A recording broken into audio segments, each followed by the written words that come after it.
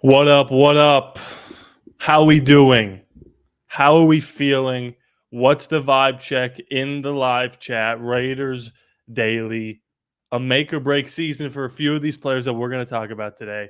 I see some people going in the chat already. My name is Rodney. If you already knew that, thank you so much for coming back and watching another live stream. If you're watching live on Bleacher Report, thank you so much for joining me live. If you're watching after the fact on YouTube, I appreciate it.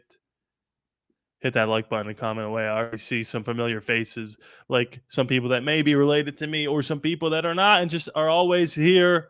I will get to the chat in a little bit. I want to discuss real quickly what we're going to be talking about today because even though we're hitting this lull of the time right when mini camp ends to the time right before training camp starts, which is the middle slash end of July, we got some interesting conceptual ideas I want to talk about specifically with three players and maybe more if you guys want to bring up more that I think are going to truly have make or break seasons. Meaning, if they perform this year, they're going to be on this team long term. If not, hit the road, Jack, because I'm not here to continually hold out hope for some of these guys to finally wake up and smell the roses of how talented they can be. And I mean, wake up metaphorically, not actually like they're not trying or anything, but there are some players on this roster that need to step up. Because look, when we're talking during the offseason about all this stuff, it's always mostly positive. It's, oh, we signed this new guy. Oh, this guy's going to take the next step. And then the season starts and some of that happens, and some of the stuff that we were happy about does not come to fruition, right? And those players that we all think, oh, Dante Thorne and Jack Besh and Tyree Wilson and like we lump all these guys in and they're all going to do the best, right? That's not the reality of the situation. Sometimes people are going to let you down or play below expectations. And I do think we need to talk about some of these people because, sometimes I get um, pinned as the uber positive, like, oh, the grass is always greener with this guy.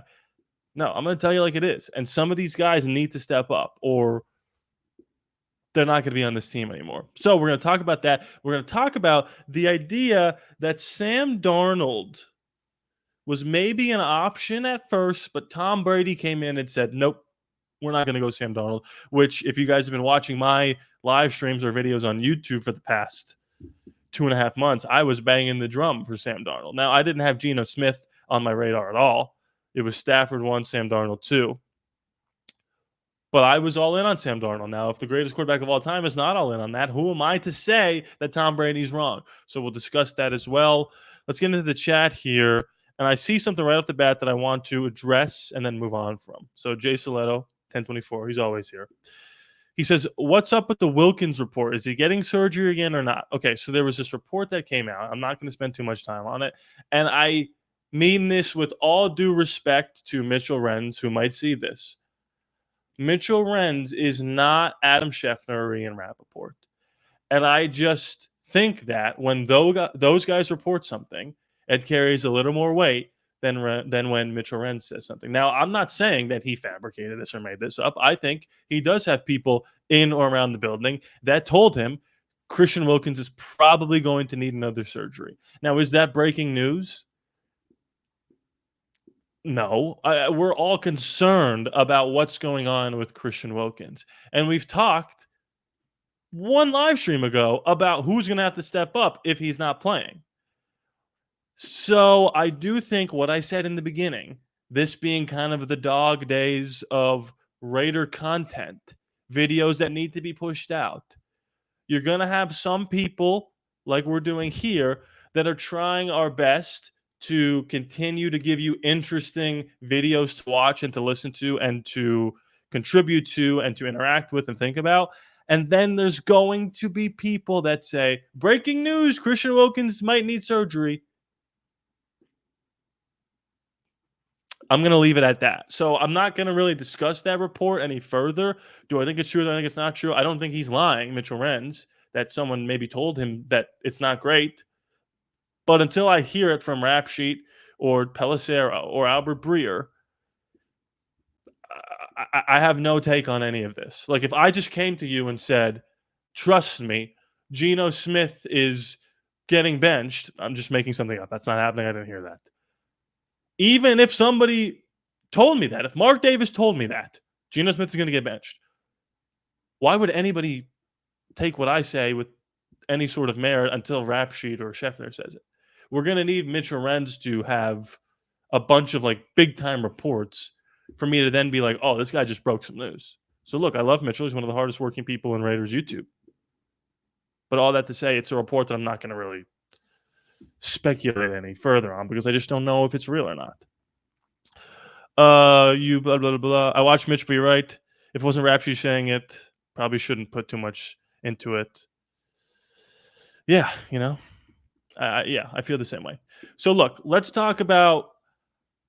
We'll just jump right into the main topic here, and then we'll end it maybe with the Sam Darnold, Geno Smith of it all, because I'm gonna start doing retrospective questions, polls of questions that we've asked before the time of signing a quarterback or trading a quarterback, and then seeing how we feel post doing that. So, for example, if I were to say to you right now, who should we have taken with the pick? Ashton Genty, Will Campbell, Travis Hunter, blah, blah, blah. We could vote on that now having the knowledge of what our team looks like. We're going to do that with the quarterback situation because as much as we love Geno, I'm curious to see if there are still people that are not 100% sold on him compared to some of the other options that were out there.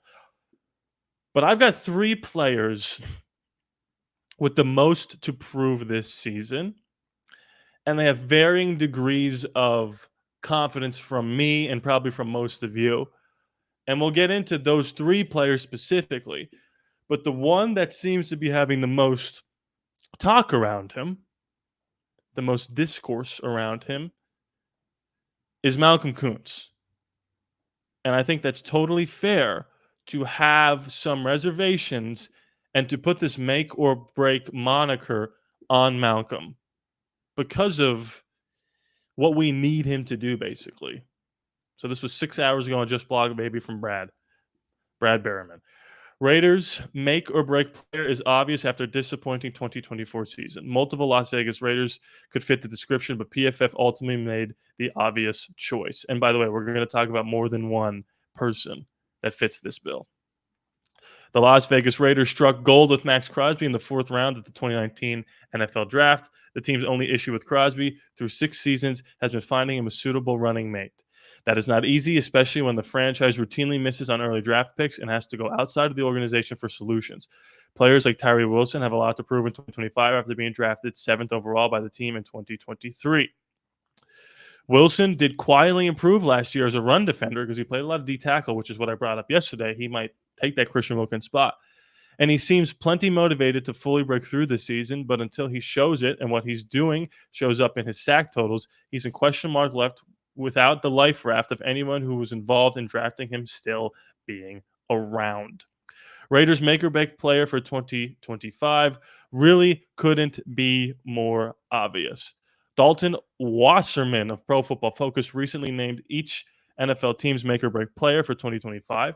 There are multiple options for the Raiders within that premise, but Wasserman went with edge rusher Malcolm Kuntz, who missed the entire 2024 season with a torn ACL. And he says this: the Raiders have long been looking for an effective pass rusher partner for Max Crosby. Down the stretch of 2023, it looked like they may have found that player in Malcolm Kuntz. From weeks 10 through 18, when he finally started after we fired Josh McDaniels in AP, he was like, hey, this guy's pretty good. We should start him.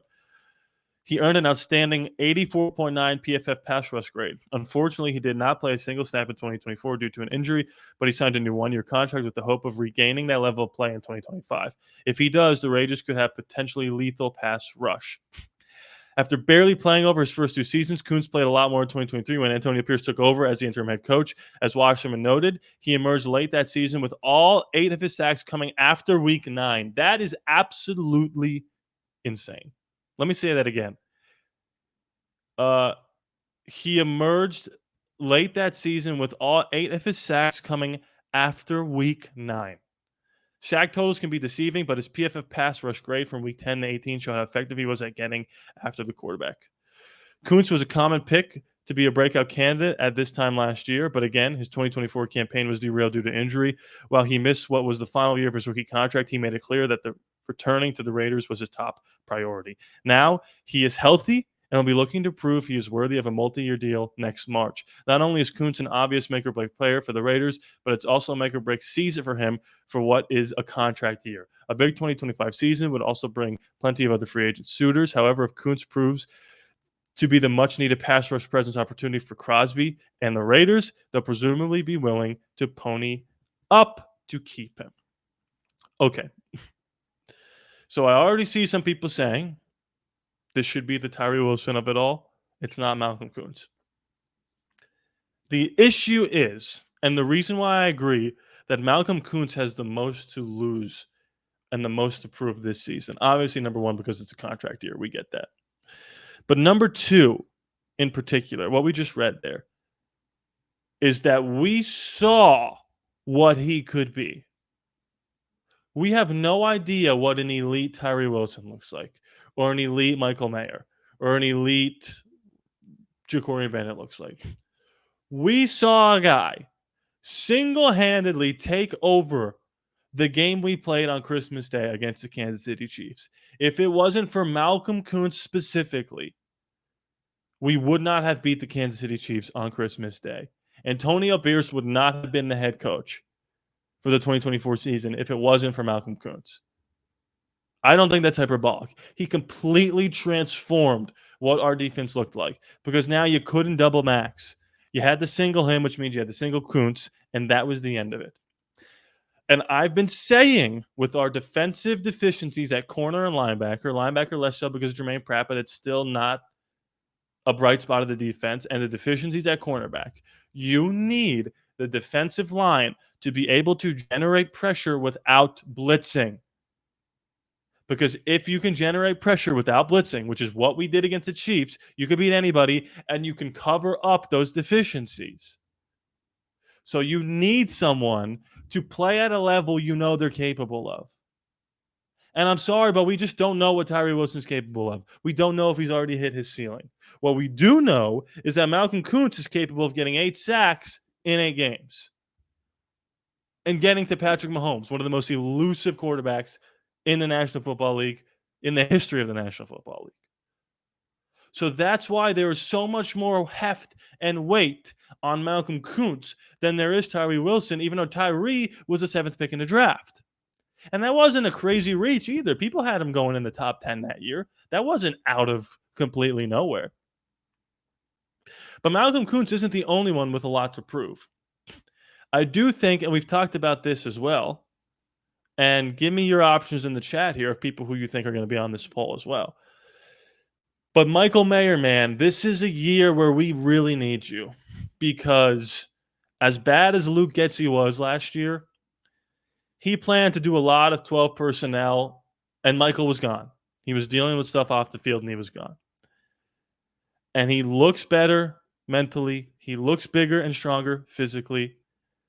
And we need him on the field. Because if Michael Mayer was on another football team that didn't have Brock Bowers or George Kittle or Travis Kelce or Sam Laporta, he would be the starting tight end for that team. It is a luxury to have Michael Mayer. But when he doesn't play, that luxury is gone. So Michael Mayer has a lot to prove, not only to the Raiders, not only to himself, but other teams that will probably overpay for his services if he shows that he could be one of the best tight ends in the league when he's not backing up Brock Bowers. Because what I see in the future for for Malcolm Kuntz and Michael Mayer is that if they both play well above their potential or at their potential, I see Michael Mayer signing a big contract somewhere else, and I see Malcolm Kuntz signing a big contract here. And obviously, this is a Raider-centric show, but for Michael Mayer in particular, he probably doesn't want to be second fiddle to Brock Bowers, and he probably thinks like, man, I'm going to do everything I can to push him to be the starter. But the reality is that's not going to happen. Brock Bowers is A1, first-tier, all-pro, the number one option. So the best you can do right now is to prove to everybody else down the road for your career, Michael Mayer, that you belong in the NFL as a starting tight end. And this is going to be your season, especially with Brock being doubled and tripled, to show what you can do. And God forbid, knock on wood, Brock misses a game or two. We're going to need you to step up. So we've talked about Malcolm Kuntz, who we definitely need to step up. We talked about Michael Mayer. And then the last player, this might be a hot take that I think has a lot to lose this season and a lot to gain, is Geno Smith.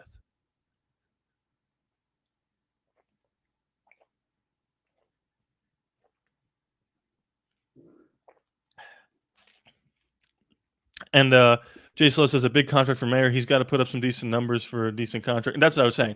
I'm not saying like looking into the future and seeing them both do it. I'm saying if in that future he does do it, he is going to get a big contract. I don't think it's going to be with us, though. That was my kind of point with that. I think it's going to be with somebody else. I think Tyree Wilson, I keep doing that. Malcolm Kuntz will be here with a big contract.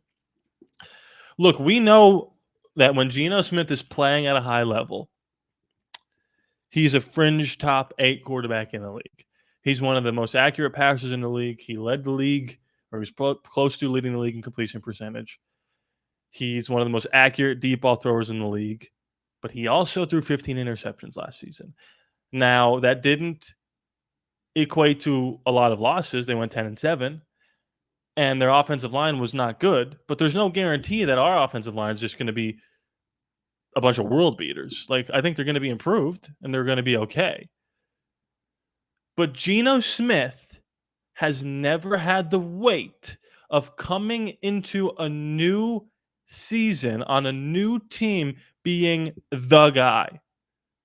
There were no expectations of Geno Smith when he took over for Russell Wilson. So he was playing with house money, and he threw 30 touchdowns. And ever since that, he's never played at the same level as that season, but he's made the playoffs 2 years, and he won 10 games his final year. So he's improving win-wise. And I said this about Gardner Minshew. Now, do not think for 1 second I'm comparing Gardner Minshew to Geno Smith. I'm just taking their situations, right? Gardner Minshew was pretty good for Shane Steichen. But again, he never had the pressure of coming in and being the guy. And then he came in and was the guy somehow. Aiden O'Connell should have started. We all knew that. But he was the guy, and he folded like a lawn chair. Terrible. Geno Smith has that same pressure. He's now going to come in and be the guy for the Las Vegas Raiders. Can he handle it? Now, I do think he can handle it because the adversity that he had to go through, the media training that he had probably playing in New York, getting Eli Manning benched. Remember that? That whole fiasco? Which, looking back, probably was the right move to start Geno over Eli Manning. I do think he's going to be able to hold the burden of that pressure a lot better than Gardner Minshew because he's a better player, he's a better leader, he's been through more, and he's got Pete Carroll backing him. He's got the guy that believed in him this whole time. But he's still got to prove it because we're going to give him decent weapons. And he's going to play in a tough division. Now, he played in a tough division in the NFC West. Now he comes to the AFC West. It's going to be just as tough. But as I wrap up that conversation about the make or break season, who do you think is under the most pressure here? Who has the most to prove in 2025? And if it's not one of these three guys, vote for the other option and comment who you think in the chat. And if you're watching on YouTube after the fact and you can't vote in this poll, tell me who you think has the most to prove in the comments and let me know why you think that. Geno will go through a learning curve, new city, new team. It will help tremendously that he has Pete as his coach. And that's what I think is the key, that Pete Carroll is here to have his back when there are moments that aren't going to go well, because he will throw like a pick six. Like, it's going to happen. Like, get ready. It could be week 2 and we're driving the score and he throws a pick in the end zone. I'm not saying because he's susceptible to do that. I'm just saying like that's what happens. Like Patrick Mahomes, it happens to everybody. And when that happens, we have to, like Hodor in Game of Thrones, hold the door. We got to be ready to understand that this isn't going to go perfectly. It's not going to be Jaden Daniels and the Washington Commanders. But if we can hold the door for the time being, we might come back better on the other side. And I'm shocked I couldn't even get words out there. I'm absolutely shocked at this poll. I actually thought it was going to be Malcolm Kuntz that was going to win this, which is who I would say. But maybe because of my unbelievable analysis with Geno Smith and Michael Mayer, it swayed you guys to vote for somebody else. Pete knows what he likes to do, knows exactly how to coach Geno. And I agree with you there. So, wow, I'm going to leave this poll up a little bit more, but I did not expect that Malcolm Kuntz would have 0 votes at this time, but respect.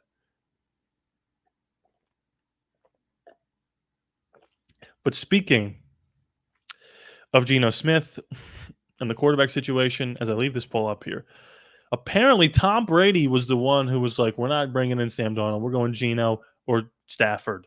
We're not going Darnold. I think that's really interesting, and I would love to hear the explanation here. Now, this is an article on Heavy.com by Austin Boyd.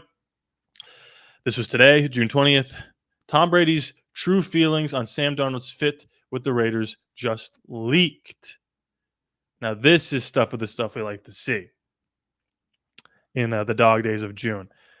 The Las Vegas Raiders explored many quarterback options this offseason, but eventually landed on a trade with the Seattle Seahawks for Geno Smith. However, there was one option that would have cost less, and I said Sam Darnold. He was my number one option, but again, didn't foresee Geno Smith being an option at all. Darnold was coming off a huge season with the Minnesota Vikings, but he was able to test free agency. He wouldn't have cost anything in a trade and signed for a contract that was cheaper than the extension the Raiders gave Geno Smith. Essentially, they could have saved a third-round pick and some money had they pursued Darnold instead. The problem with that may have been minority owner Tom Brady. According to The Athletic's Mike Silver, Brady was not a fan of the idea of signing Darnold. The Seahawks' pursuit of Sam Darnold snuck up on many NFL observers and proceeded in rapid-fire fashion. While some believe Las Vegas Raiders would try to sign Darnold, minority owner Tom Brady, a 7-time Super Bowl winning quarterback, whose opinion held great sway, was not in favor of that approach, according to a source familiar with the franchise's internal discussions. Darnold had a big 2024 season, but he looked really bad to end the season when the games counted the most. Brady was a quarterback who stepped up when the pressure was strongest, but Darnold hasn't proved he can do that yet. Time will tell. Smith is actually better than Sam Darnold. It won't take long as Darnold is replacing Smith in Seattle, which should be so interesting to watch. With the same coaching staff and many of the same weapons, the Seahawks wanted to keep Smith, but he wasn't eager to accept what they were offering, per Mike Silver. Meanwhile, Smith, seeking a new lucrative extension for the Seahawks, reacted coldly to the team's initial offer. The Raiders, having recently hired former coach Pete Carroll, emerged as a potential trade partner as he negotiated, blah, blah, blah. Okay, we'll see. Donald is younger and cheaper than Smith, so nobody would have faulted the Raiders if they chose him. The major difference between the two is that Smith had 3 straight seasons of good quarterback play, while Darnold only had 1. The Raiders can also easily get out Smith's contract after 2 years, so it's not like they had to make a strong long-term commitment. Plus, Smith has proven success with head coach Pete Carroll. Carroll didn't coach Darnold at USC, but he should be familiar with the quarterback due to his ties to the program. Though Silver didn't report on it, it's safe to assume that Carroll liked the idea of adding Smith more than Darnold. I think that's fair. What the Raiders need is stability, and there are a few questions regarding Smith, fewer than there are with Darnold in the long run. The Seahawks could look like the smarter team, but for now, it's easy to understand why the Raiders preferred Geno. Okay. So I have an interesting, I don't know if theory is the correct word, but I have an interesting take on the Darnold versus Geno comparison. I think if you took Sam Darnold from the Vikings and put him on the Raiders roster, he would not have been as good on the Raiders as he would have been on the Vikings. If you took Geno Smith and put him on the roster that we had last year, or the one that we were building, without this current coaching staff, Geno Smith would not have been as good on the Raiders as he would be in Seattle. If you took Kevin O'Connell and Sam Darnold and put him on the Raiders, or if you took Geno Smith and Pete Carroll and put them on the Raiders, I think you might have a bigger ceiling, more success with Kevin O'Connell and Sam Darnold than you will Pete Carroll and Geno Smith. The problem was you were never going to be able to get Kevin O'Connell. Like, that was not happening, right? You could, however, get that combination of Pete Carroll and Geno Smith and grab them and plug them and play them for the Raiders and be totally understandable and justified in your idea that they could just replicate the same success that they had. So I do think, just surface value, long run, it might have been better to go get a Sam Darnold. But Sam Darnold is so contingent on what's around him. And I also think Geno Smith is so contingent on what's around him. And we happen to have the guy that was around him when he had all his success in Pete Carroll. And the problem is, we would not have had that with Sam Darnold. Now, do I think Pete Carroll and Sam Darnold and Chip Kelly could have worked? Yeah, sure. I absolutely do. But Tom Brady's Tom Brady. And I completely understand going with the more proven commodity in Geno Smith, the safer choice. No doubt about it.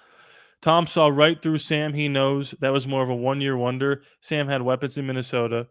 And like that article said, he was terrible when the games counted the most. I have more faith in Geno than Sam. The guy I wanted for 1 year was A-Rod. Okay, so two things I want to talk about there. Sam had weapons in Minnesota. This was what everyone was shouting at me. Oh, you want Sam Darnold to come play for the Raiders? They have nobody. He has all the weapons, blah, blah, blah, blah. So everyone was saying that before they knew what our roster was going to look like. They didn't know Jack Bech or Dante Thornton, right? They didn't know Ashton Genty. They didn't know Raheem Mostert. None of these guys were on the roster. So if you give Sam Darnold those weapons, who knows what would have happened? And I'm not taking away from the weapons that Minnesota has. But the year before Sam Darnold was there, they had those weapons. And what happened? What did Kirk Cousins do with those weapons? I'm waiting to hear it. Nothing. So they rolled it back with the same team that they had the year before where they won like 7 games. And then they win 14. I'm not saying that Sam Darnold is a +7 win column guy. But it's really hard for me to think that you are a complete one-hit wonder when you win 14 games. I think a lot of Sam Darnold's success was Kevin O'Connell. I think a lot of Sam Darnold's success was learning under Kyle Shanahan. With all that being said, I do think I have more faith in Geno than Sam. If I knew Geno was available, I would have had it like this: Stafford, Geno, Sam. So I ask you guys this question right now. With what you know being the case, let's retrospectively ask this question. With Stafford being the most expensive, with Geno being the second most expensive, with Darnold being the third most expensive, and with whoever else being the fourth most, Aaron Rodgers, whoever you want to say, who would you have picked to start week 1 right now in this moment? Because if you pick Matthew Stafford, which somebody did vote for, you got him for probably 1 year tops. You've got Geno for 2 years, more likely 3 years minimum. You've got Sam Darnold for 4 years if he plays well. You've got Aaron Rodgers for a year. You've got Justin Fields for God knows how long, right? Or do you go rookie quarterback? There was no rookies this year that we were going to take. So I do think with these 3 options, now knowing what the roster is, we're probably a year away from true AFC West contention. I think I would have went Geno Smith over Sam Darnold. It's just so tough with the Stafford thing because it's like, how long would he have played? If it was just 1 year, I think I'd rather go Geno. Because after that year, what do? You go back to Aiden O'Connell? You hope that you draft a rookie that can come in and play? Like, now, at least with Geno, we don't have to be worried about the quarterback situation for like a year and some change. With Stafford, it's like, can he survive the season? And that's pretty scary to think about. I don't know. It's an interesting question.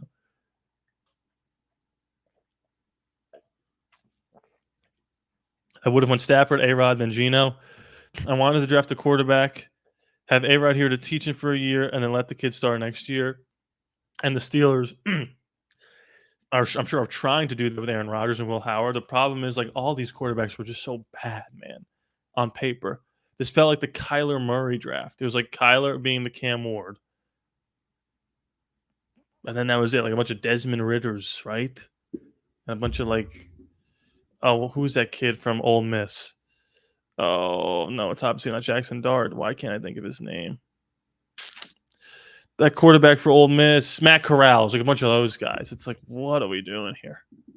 I don't think any of these guys in 1 or 2 years, 1 year, I don't think Will Howard in 1 year can just make the leap. Now, maybe we were wrong about one of these guys. Only time will tell. But I'm happy we have Geno, and I think he's got a lot to prove along with Malcolm Kuntz, Michael Mayer. And Tyree Wilson, which we didn't talk a lot about. We talked about him yesterday. Like this is a big year for Tyree, especially if those reports about Wilkins are true. But only time will tell, like I said. So look, everybody, thank you so much for hanging out with me for these 30 minutes on a lovely Friday evening. I hand it off to Moen, Monday, Tuesday, and Wednesday, 6 p.m. Pacific, 9 p.m. Eastern. Then I'll be back on Thursday. Oh, wait. Next week, Thursday, I'm going live 6 p.m. Eastern, 3 p.m. Pacific on Thursday because it's the NBA draft and they don't want me on the same time as their draft show. So it's going to be 3 p.m. Pacific, 6 p.m. Eastern on Thursday, and then Friday it goes back to 9 p.m. Eastern. So thank you so much for watching. If you're watching on Bleach Report, thank you so much for talking in the chat. It is chili time for me. I'm having some chili dinner that my father so graciously made me. If you're watching after the fact on YouTube, please be sure to subscribe. It is free after all, no charge to you. I love you guys. I'll see you next time.